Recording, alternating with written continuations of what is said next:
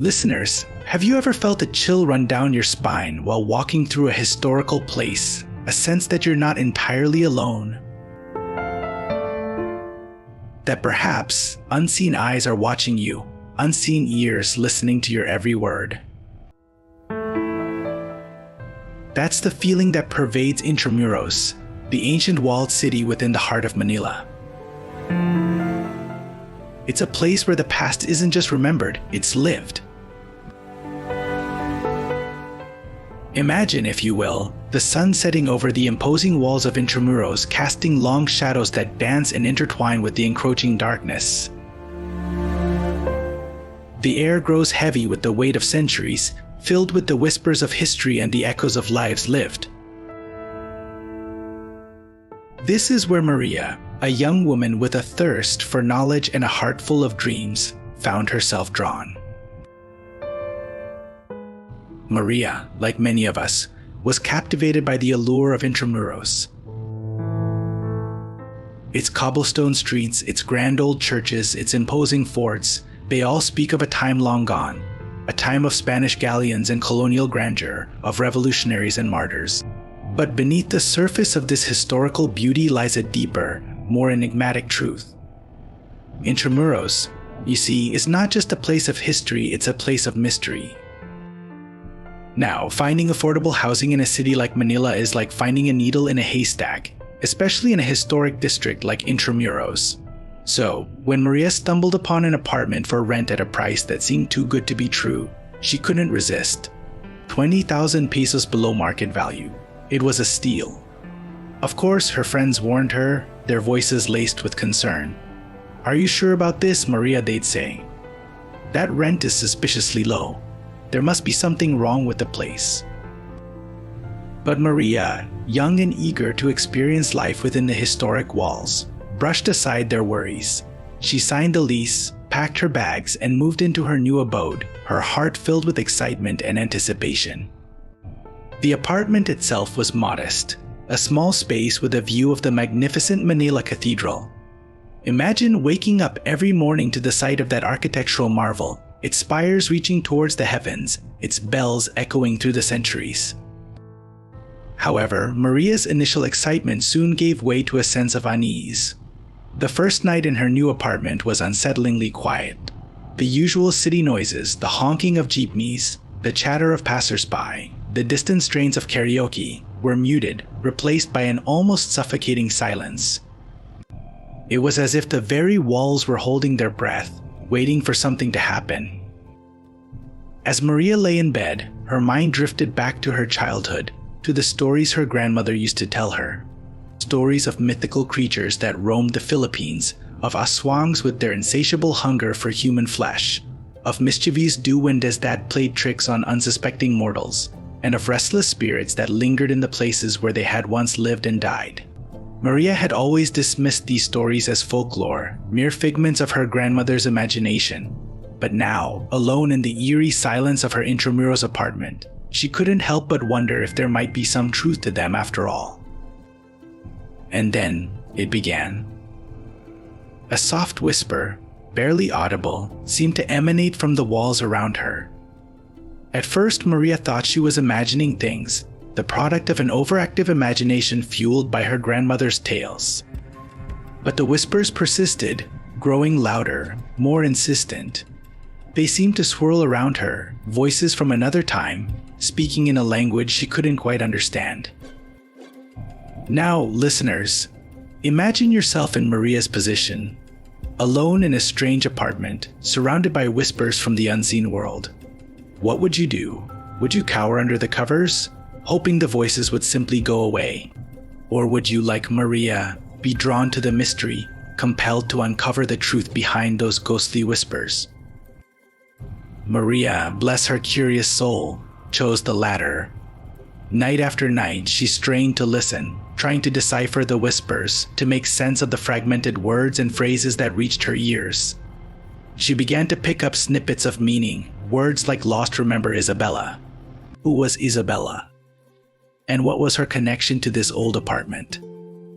Driven by an insatiable curiosity, Maria decided to seek help from her friend Lito. Lito, a fellow student at the university, was fascinated by folklore and the supernatural.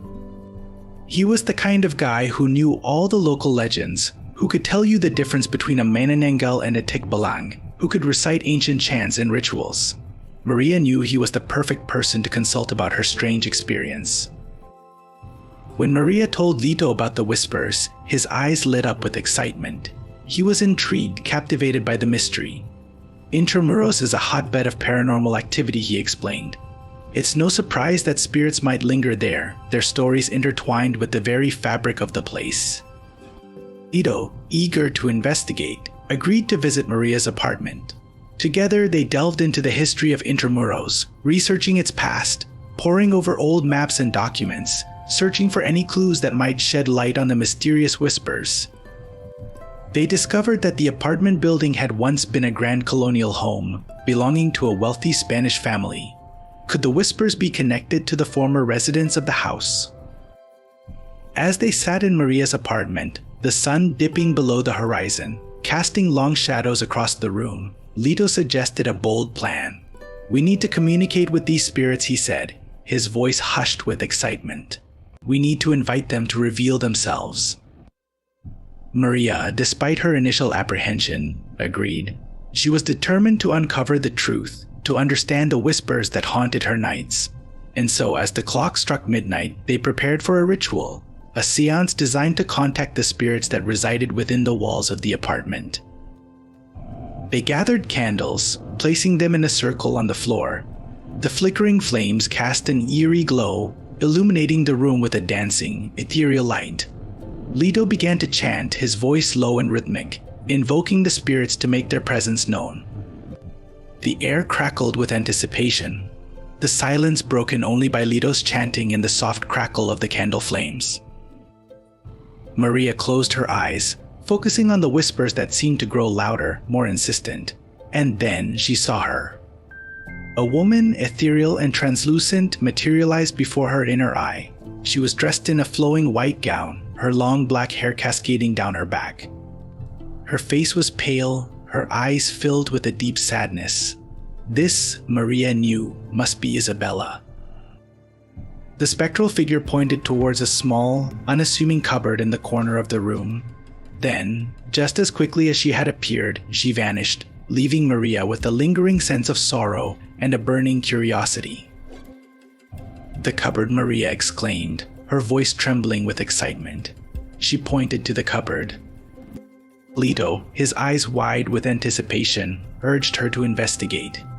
Maria, her heart pounding in her chest, approached the cupboard cautiously. It was an old piece of furniture, its wood dark and worn with age. She slowly opened the doors, revealing a dusty interior. And there, tucked away in the back, was a small wooden box.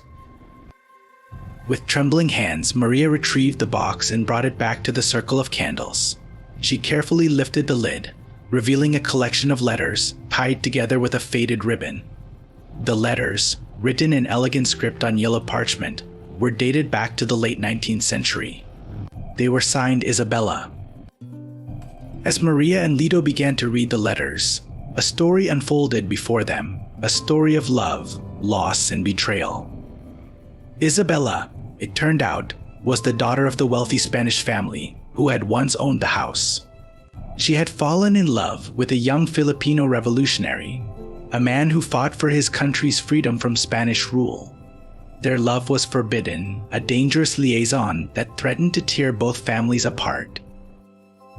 Isabella's letters were filled with passion and longing, with despair and hope.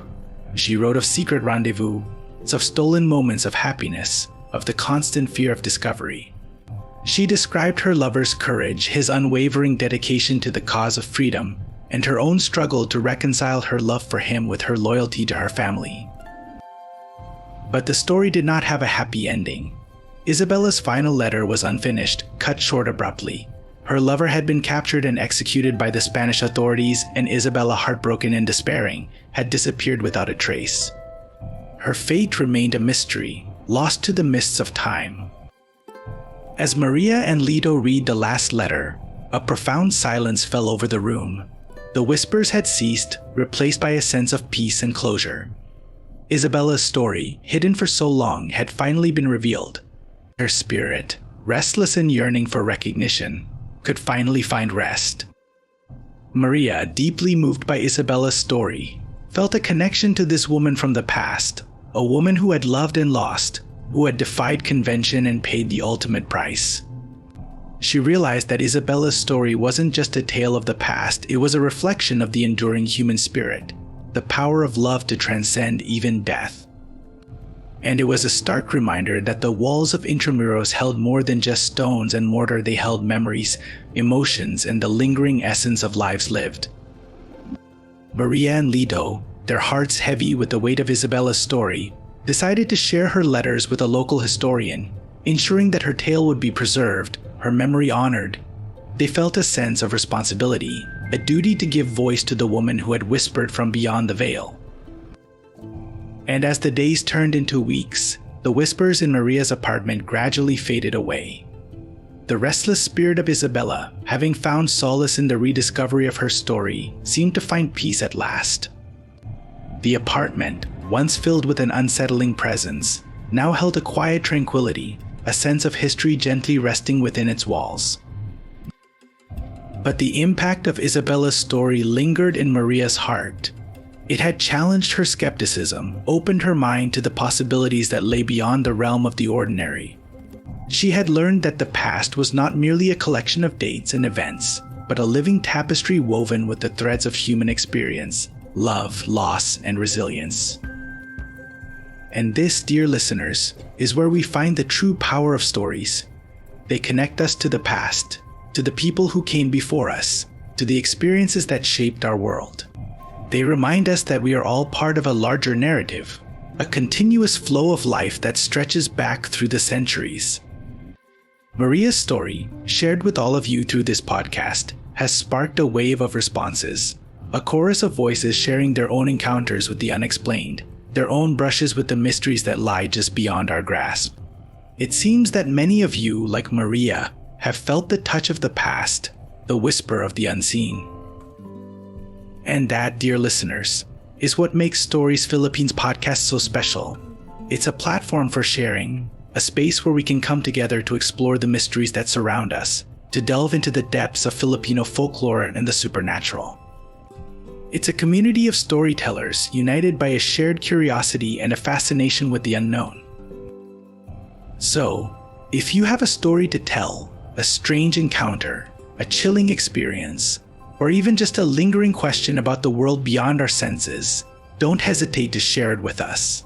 You can reach us through our website, our social media pages, or by leaving a voice message on our hotline. We're always eager to hear from you, to add your voice to the chorus of stories that make up the rich tapestry of Filipino folklore. And as we continue our journey into the heart of the mysterious and the magical, let's remember the lessons we've learned from Maria and Isabella. Let's remember that the past is never truly gone, that love can endure even the darkest of times, and that stories have the power to heal, to inspire, and to connect us all. Now, before we wrap up this episode, I want to take a moment to express our gratitude to all of you, our loyal listeners.